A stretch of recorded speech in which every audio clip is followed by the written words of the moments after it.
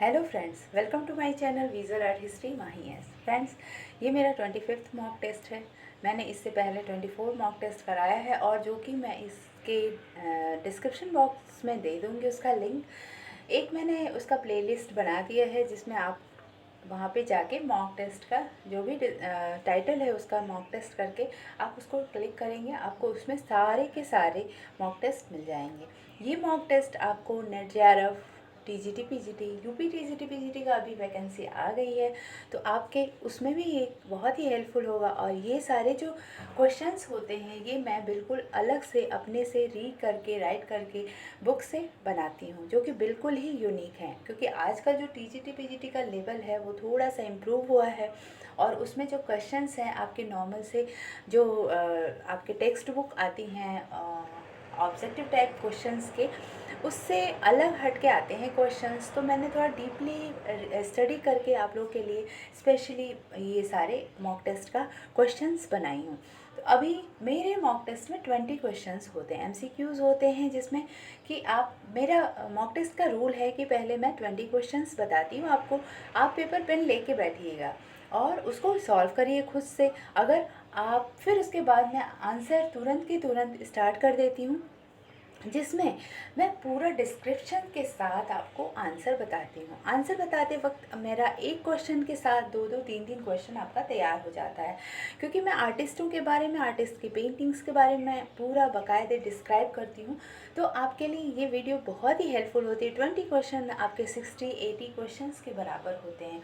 तो आपका 15 मिनट या 20 मिनट्स अगर आप इस वीडियो पे स्पेंड करते हैं तो आपके लिए ये बहुत ही हेल्पफुल होगा, ठीक है। और आप अगर इसको कई बार सुनेंगे तो आपको याद भी हो जाता है, मेमोराइज भी हो जाती है चीज़ें। तो इस वजह से इस मॉक टेस्ट को आप ज़रूर करिएगा और आप अपने दोस्तों से शेयर करिए और सब्सक्राइब कर लीजिए अगर आपने सब्सक्राइब नहीं किया हो तो। और लाइक और कमेंट ज़रूर करिए कि आपको वीडियो कैसी लगी, और लाइक तो एक कर ही दीजिए क्योंकि इतनी मेहनत से मैं वीडियो बनाती हूँ तो लाइक्स तो बनते हैं, ठीक है। तो फ्रेंड्स, मैं अपना मॉक टेस्ट का क्वेश्चन स्टार्ट करती हूँ। तैयब मेहता को पद्म भूषण सम्मान से कब सम्मानित किया गया था? 2002, 2005, 2007 या 2009? तैयब मेहता की पेंटिंग सेलिब्रेशन कितने डॉलर में बिकी थी? $15 मिलियन, $10 मिलियन, $5 मिलियन या $7 मिलियन? कांड्रा पत्रिका का प्रकाशन किसने किया था? जे स्वामीनाथन, KCS पनिक्कर, JM महिवासी, गुलाम रसूल संतोष। आप टिक करिए खुद। अगर मैं फास्ट बोल रही हूँ तो आप वीडियो को पॉज करके उसको आप अपने से टिक करते हुए जाइए, और लास्ट में आप मुझे कमेंट करके कमेंट ज़रूर बताइए कि आपके कितने क्वेश्चन राइट हुए। भोपाल में रूपांकर भारत भवन का प्रथम निदेशक किसे चुना गया था? जे Swaminathan, KCS Panicker, JM Mahivasi, Ghulam Rasool Santosh. Question number 5, Mahishasura, Durga तथा काली किसकी कलाकृतियाँ थीं? MV Dhurandhar, Tyeb Mehta, Satish Gujral, JM Mahivasi. Question number 6, कला पत्रिका वृश्चिक का संपादन किसने किया था? JM महिवासी, गुलाम रसूल संतोष, सतीश गुजराल, KCS पनिक्कर। गुलाम मोहम्मद शेख को पद्मश्री से कब सम्मानित किया गया था? 1980, 1950, 1965, 1983? शहर बिकाऊ है किसका प्रसिद्ध चित्र है? गुलाम मोहम्मद शेख, गुलाम रसूल संतोष, सतीश गुजराल या इनमें से कोई नहीं? फिल्म कुणाल के लिए किसे 1969 टू 70 में किस कलाकार को फिल्म फेयर पुरस्कार मिला था? गुलाम रसूल संतोष, तैयब मेहता, JM अहिवासी है, मकबूल फिदा हुसैन। क्वेश्चन नंबर 10, इनमें से किस कलाकार ने अम्लांकन तथा ईचिंग में महारत हासिल किया था? गुलाम रसूल संतोष, कृष्णा रेड्डी, सतीश गुजराल, मकबूल फिदा हुसैन। 11 नंबर क्वेश्चन, कृष्णा रेड्डी को पद्म भूषण से सम्मानित किया गया था 1970 में, 1975 में, 1977, 1979? लक्ष्मण पै कहाँ के कलाकार थे? केरल, गोवा, कश्मीर, असम। नेक्स्ट क्वेश्चन, बिंब नामक चित्र किस कलाकार का है? बिंब नामक चित्र लक्ष्मण पै, JM महिवासी, कृष्णा रेड्डी या गुलाम रसूल संतोष। संसद भवन में लाला लाजपत राय का चित्र किसने बनाया था? गुलाम रसूल संतोष, सतीश गुजराल, विजेंद्र शर्मा, गुलाम मोहम्मद शेख। किसके विचार हैं कि कला मन में हलचल उत्पन्न करती है, दुख या प्रसन्नता नहीं। सतीश गुजराल का है, गुलाम रसूल संतोष, लक्ष्मण पै या इनमें से किसी का नहीं। इनमें से कौन सा कलाकार है जो श्रीनगर का था? सतीश गुजराल, गुलाम रसूल संतोष, लक्ष्मण पै या इनमें से कोई नहीं। कौन सा कलाकार था जिसने 1975 में पद्मश्री से विभूषित किया गया, जिसे 1975 में पद्मश्री से विभूषित किया गया था? सतीश गुजराल, गुलाम रसूल संतोष, लक्ष्मण पै या इनमें से कोई नहीं। गुलाम रसूल संतोष ने 1950 में इस कला ग्रुप की स्थापना की थी। सॉरी, यहाँ पे कला ग्रुप होगा, कला ग्रुप की स्थापना की थी। प्रगतिशील कलाकार ग्रुप पैग, कश्मीर कलाकारों का ग्रुप प्रगतिशील ग्रुप 1890, दिल्ली शिल्पी चक्र का। सतीश गुजराल की प्रथम एकल प्रदर्शनी कब आयोजित की गई? 1950, 1960, 1952, 1962। शांति दवे ने अपनी कला की शिक्षा कहाँ से ली थी? शांति निकेतन, इंदौर, लाहौर, बड़ौदा। ओके, तो ये हो गए 20 क्वेश्चन हमारे। अब मैं आपको आंसर की देने जा रही हूँ। जिसका हो गया हो वो लोग मेरे साथ आगे बढ़ें, और जिन्होंने अभी तक नहीं किया हो वीडियो को पॉज करके बैक में जाके इस क्वेश्चन को फिर से सॉल्व कर लें। फिर आप आंसर की मैच कराइए, आपका कितने क्वेश्चन सही होते हैं आपके लिए ये बेटर होगा, क्योंकि आपको अब 5 नवंबर को ही नेट जेआरएफ का एग्ज़ाम है। तो आप कितना प्रिपेयर हैं अपने आप से और कितना आप अभी करना है, आपको अपने से खुद से पता चल जाएगा। ठीक है, स्टार्ट करते हैं आंसर की। फर्स्ट क्वेश्चन मैंने पूछा था, तैयब मेहता को पद्म भूषण सम्मान से कब सम्मानित किया गया था? तो इसका राइट आंसर हो जाएगा सी, 2007 में। 2007 में इनको पद्म भूषण सम्मान से सम्मानित किया गया था। इनका जन्म सन 25 जुलाई 1925। ये 1925 का जो एज था, इसमें मकबूल फिदा हुसैन और बहुत सारे कलाकार थे जो जानी मानी प्रोग्रेसिव आर्टिस्ट ग्रुप के जो सारे कलाकार हैं, सूजा, रजा, गाडे, बागरे, ये सारे कलाकार लगभग इसी एज के आसपास के हैं, जो 20-30 के दशक के हैं। ठीक है, दशक के हैं। तो आपको कुछ एज अगर याद करना हो तो मेरा एक वीडियो है जो कि कलाकारों की जन्म तिथि सीक्वेंस से मैंने उसमें बना रखा है, क्योंकि नेट जेआरएफ में एक क्वेश्चन आता है कि एक नहीं कई क्वेश्चन ऐसे आते हैं कि आपको कलाकारों के एज के हिसाब से उसमें बता देगा कि क्रम वाइज कलाकारों के नाम लिखिए। कभी होता है अवरोही क्रम, कभी होता है आरोही क्रम, तो मतलब बढ़ते हुए क्रम में, घटते हुए क्रम में। तो आपको एज का कॉन्सेप्ट कैसे क्लियर करना है कलाकारों का, वो मैं वहाँ पे दे रखी हूँ। आप सीक्वेंस से कलाकारों को एक बार पढ़ेंगे तो आपको समझ में आ जाएगा कौन सा कलाकार का सीक्वेंस कैसे जा रहा है। ठीक है, तो उसमें मैंने सन के हिसाब से कलाकारों का एज लगाया हुआ है। तो आपको इसमें ईजी ये रहेगा कि उसमें आप दशक दशक करके जब आप लर्न करोगे तो आपको उसमें काफ़ी इजी हो जाएगा। तो उस लिंक को मैं इसमें डाल दूँगी, और आप वैसे भी अगर मेरे वीडियो से जुड़े होंगे तो मेरी वीडियोस में जाके देखेंगे तो आपको वो मिल जाएगा कि कलाकारों की जन्म तिथि के हिसाब से कैसे याद करें। ठीक है, तो ये हो गया आपका। तैयब मेहता की पेंटिंग सेलिब्रेशन कितने डॉलर में बिकी थी? सेलिब्रेशन जो थी वो $15 मिलियन में बिकी थी, जो कि हो जाता है 3,17,500 पाउंड। ठीक है, काली नामक इनकी पेंटिंग है। एक कांट्रा पत्रिका का प्रकाशन किसने किया था? कांट्रा पत्रिका का प्रकाशन जो था वो जे स्वामीनाथन ने किया था। जगदीश स्वामीनाथन उनका पूरा नाम है। Right answer is A, J Swaminathan. ठीक है, भोपाल में रूपांकर भारत भवन का प्रथम निदेशक किसे चुना गया था? तो ये भी है J Swaminathan. Right answer is A, J Swaminathan. जो भारत भवन में भोपाल में जो भारत भवन का निर्माण हुआ था उसमें जो प्रथम निदेशक थे वो जे स्वामीनाथन थे। जे स्वामीनाथन का पूरा नाम जगदीश स्वामीनाथन है, जिनका ईयर ऑफ बर्थ है 1966, नहीं सॉरी, ईयर ऑफ बर्थ अभी मुझे एग्जैक्ट याद नहीं आ रहा है। 1966 में इसकी स्थापना हुई थी भोपाल के भारत भवन का, जिसका उद्घाटन 13 फरवरी 1982 में हुआ था। सॉरी, कुछ मिस्टेक है, जो उद्घाटन हुआ था वो 1982 में हुआ था। ठीक है, नेक्स्ट मैं इसका डिटेल और बता दूंगी, अभी ध्यान से उसको एक बार कंफर्म करके मैं आपको बताऊंगी। महिषासुर, दुर्गा तथा काली किसकी कलाकृति थी? ये भी है आपके तैयब मेहता की, right answer is B, sorry B, Tyeb Mehta की महिषासुर, दुर्गा तथा काली।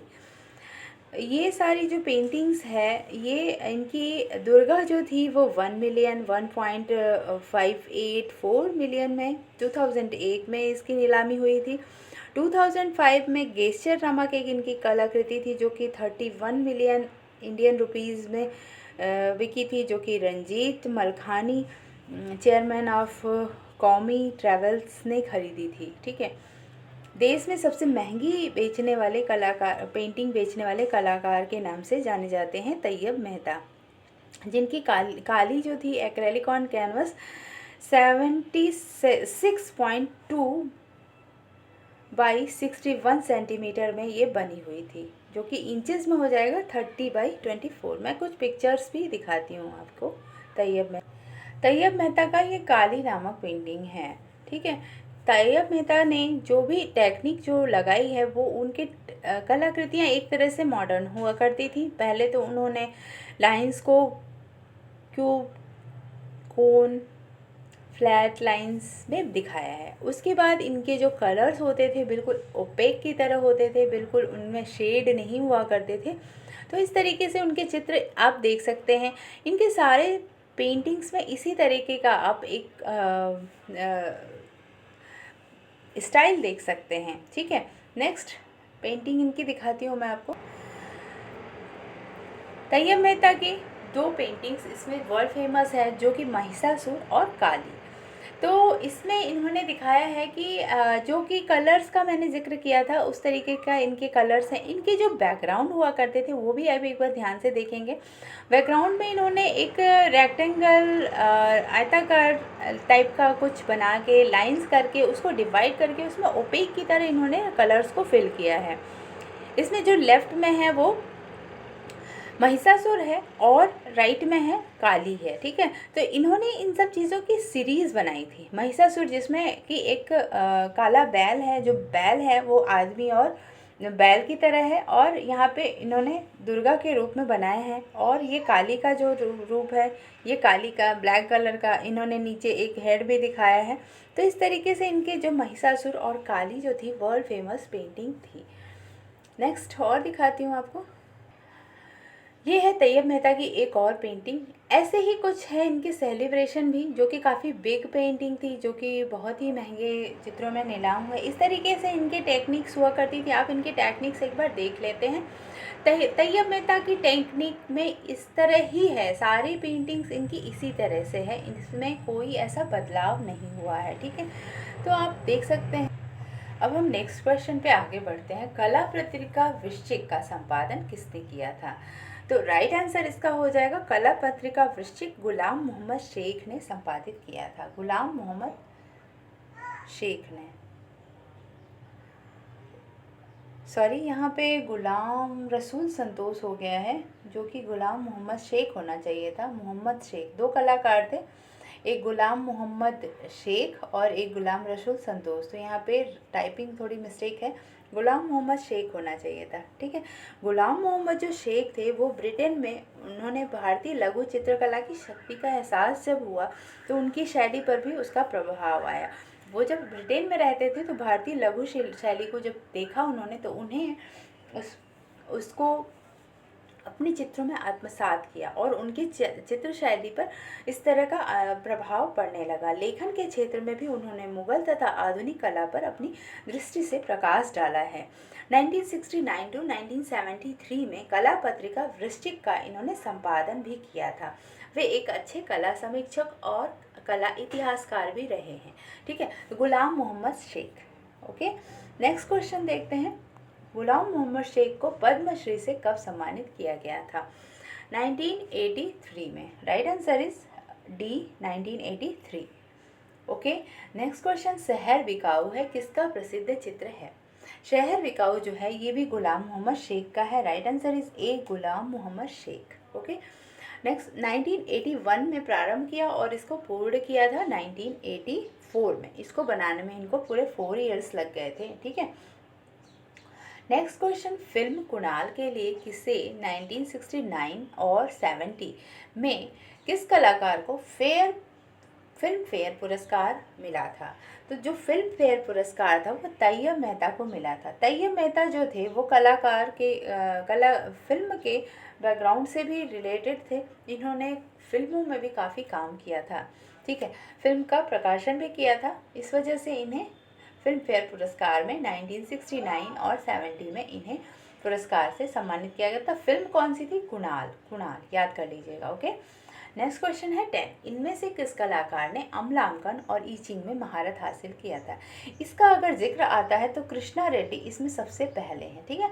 कृष्णा रेड्डी जो थे वो एक तरह से विस्कोसिटी के प्रसिद्ध कलाकार माने जाते हैं। विस्कोसिटी एक ईचिंग का और आपके ग्राफिक्स का एक अलग टेक्निक होता है, जो कि कलर को एक तरह से ऐसा प्रतीत होता है जैसे कलर्स को उन्होंने ड्रॉप करके फैलाया हो, और उससे उनकी जो चित्रकृतियाँ बनती थी वो बहुत ही उम्दा टाइप की होती थी, बहुत ही सुंदर हुआ करती थी। तो उनका जो फेमस चित्र हुआ करता था वो विस्कोसिटी से रिलेटेड होता था।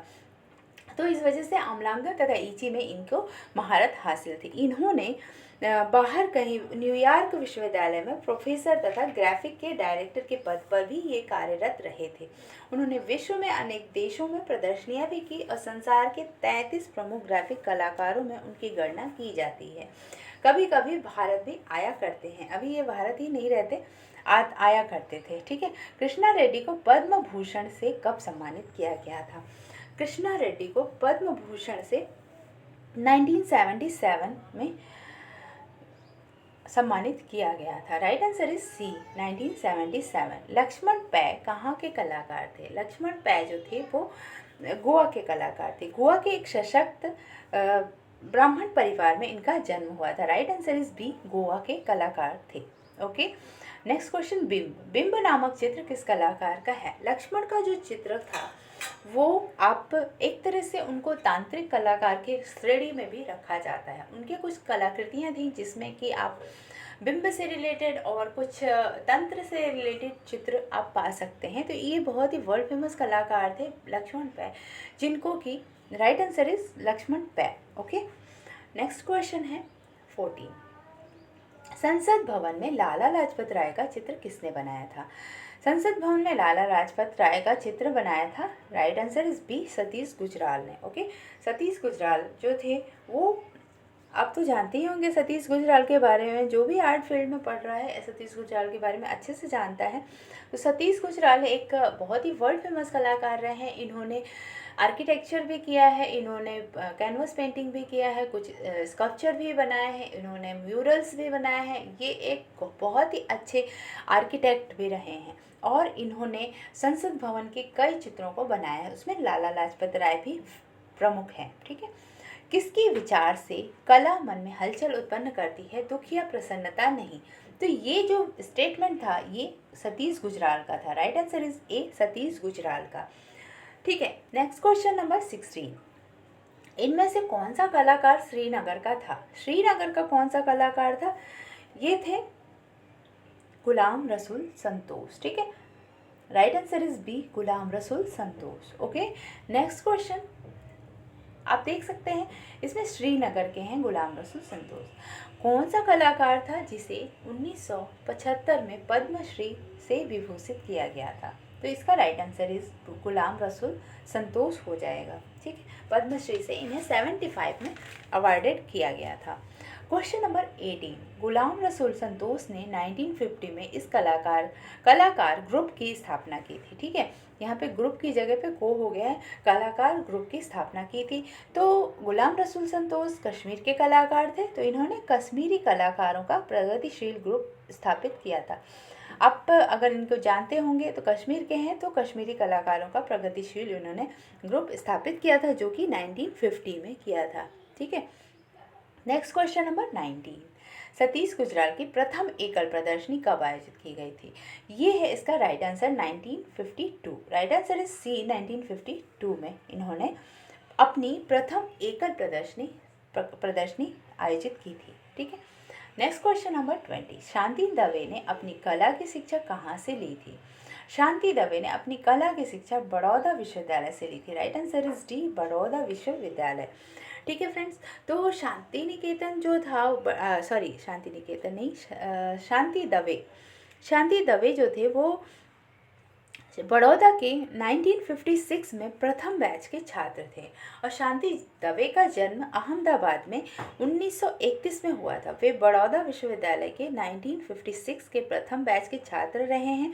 उनका आरंभिक कार्य लघु चित्रों पर आधारित रहा है, जिसमें घनवादी विकृति का भी कुछ अंश है। संपूर्ण रचनाएं अलंकारिक अधिक रही हैं। शांति दवे की जो अब की कलाकृतियां हैं उनमें आप पूरी तरह से मॉडर्निटी देख सकते हैं। कुछ कलाकृतियों का संग्रह मैंने रखा भी है, आपको दिखा सकती हूँ मैं।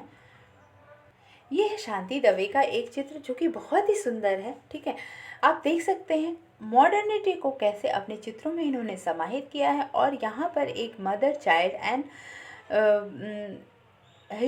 हर हस्बैंड, ये तीन करके दिखाया है इन्होंने। इनके कलर्स बहुत ही स्ट्रॉन्ग कलर्स होते थे, बहुत ही सुंदर कलर्स होते थे। इनके कलाकृतियों में टेक्सचर्स आप देख के मंत्रमुग्ध हो जाएंगे। शांति दवे एक अलग से महान कलाकार हैं जिनका आप पेंटिंग्स आप देख के मंत्रमुग्ध हो जाएंगे। इनकी मीन्स कभी कभी ऐसा होता है कि मॉडर्न आर्ट में भी कोई अलग सा एक इम्प्रेशन देखता है किसी कलाकारों की कलाकृतियों में, तो आप इनकी कलाकृतियों में उस तरह का दृश्य देख सकते हैं, उस तरीके की टेक्निक देख सकते हैं। बिल्कुल भाव विभोर कर देने वाला। अब यहाँ पे जो है, यहाँ पे ये भाव विभोर कर देने वाले चित्र हैं। और इन्होंने कंपोजिशन कितना अच्छा किया है। देखो, हाफ में इन्होंने फिगर्स बनाए हैं और हाफ में जो पीछे के बैकग्राउंड दिए हैं, फिर भी ये कंप्लीट लगता है पेंटिंग्स। ऐसा फील हो रहा है कि ये पेंटिंग पूरी तरह से कंप्लीट है अपनी अपनी जगहों पे। ठीक है, नेक्स्ट इनके पिक्चर्स देखते हैं। ये है शांति दवे का एक और पेंटिंग, बहुत ही सुंदर है ये भी। इसमें भी आप टेक्सचर्स देख सकते हैं। बिल्कुल एक तरह से ऐसा लग रहा है जैसे किसी स्टोन का है, जैसे मार्बल वगैरह का कोई भी टेक्सचर इन्होंने निकालने का प्रयास किया है। ठीक है, नेक्स्ट देखते हैं। ये भी एक शांति दवे का चित्र है जो कि कलर थीम इसका मीन्स बहुत ही स्ट्रॉन्ग है, बहुत ही सुंदर। इनके कलर्स जो होते थे वो बिल्कुल एक दूसरे को रिफ्लेक्ट करते थे, एक दूसरे को पूरक होते थे। कोई भी कलर इसमें ऐसा नहीं लग रहा है जो कि एक्स्ट्रा कहीं से रख दिया गया हो। बहुत ही सुंदर कलाकृतियाँ किया करते थे शांति दवे। ठीक है फ्रेंड्स, तो ये हो गए मेरे पेंटिंग्स के डिस्क्रिप्शन और मेरे 20 क्वेश्चंस का मॉक टेस्ट। आपको कैसी लगी ये वीडियो मेरे को कमेंट करिए, लाइक करिए और शेयर करिए। और आपके कितने क्वेश्चन सही हुए मुझे आंसर में डिस्क्रिप्शन बॉक्स में, मेरे कमेंट बॉक्स में ज़रूर रिप्लाई करिए प्लीज़। UPTCT PGT का वैकेंसी आ गई है। अगर आपको देखना हो तो मेरे लिंक पे मेरे इसमें जाके देख सकते हैं चैनल पे। उसमें दोनों मैंने TGT का अलग और PGT का अलग है। कुछ वैकेंसीज़ काफ़ी अच्छी आई हैं इस बार, आप उसको फिल कर सकते हैं। TGT में 300 के अबव है और PGT में 100 के अबव है। ठीक है, तो आप जाके देख लीजिए अपनी ये एलिजिबिलिटी। वीडियो को पूरा देखेंगे तो आपको एलिजिबिलिटी भी पता चल जाएगी। बार बार लोग क्वेश्चन करते हैं कि एलिजिबिलिटी क्या है, मैं यहाँ से हूँ वहाँ से हूँ, तो उसमें सारा कुछ मैंने दे रखा है। अगर आपको ज़्यादा कुछ लग रहा हो तो मैं एक बार एलिजिबिलिटी का और कौन कहाँ से फॉर्म फिल कर सकता है उसका मैं वीडियो एक बना के आपको डाल दूँगी। आप मेरी वीडियो से जुड़े रहिए, बहुत ही अच्छे इन्फॉर्मेशनल वीडियोस लाती हूँ मैं। फालतू के वीडियोस कभी नहीं लाती। मेरी कोई भी वीडियोस आपको टाइम पासिंग नहीं लगेगा, कभी ऐसा नहीं फील होगा कि मेरी वीडियोस कोई भी फालतू में टाइम पास चल रही है। ठीक है, आप मेरी एक वीडियो से कुछ ना कुछ आप पा सकते हैं। ठीक है, तो मेरी वीडियो से आप जुड़े रहिए, आपको बहुत ही हेल्प होगी इस TGT PGT एग्ज़ाम्स में भी। और कुछ लोगों ने DSSB का भी एग्ज़ाम फिल किया हुआ है, फॉर्म फिल किया हुआ है जनवरी का, वो भी एग्ज़ाम आने ही वाला है। तो बहुत सारे एग्ज़ाम्स आने वाले हैं, लगे रहिए मेरी वीडियो से जुड़े रहिए। Thank you for watching my video and keep watching, keep learning.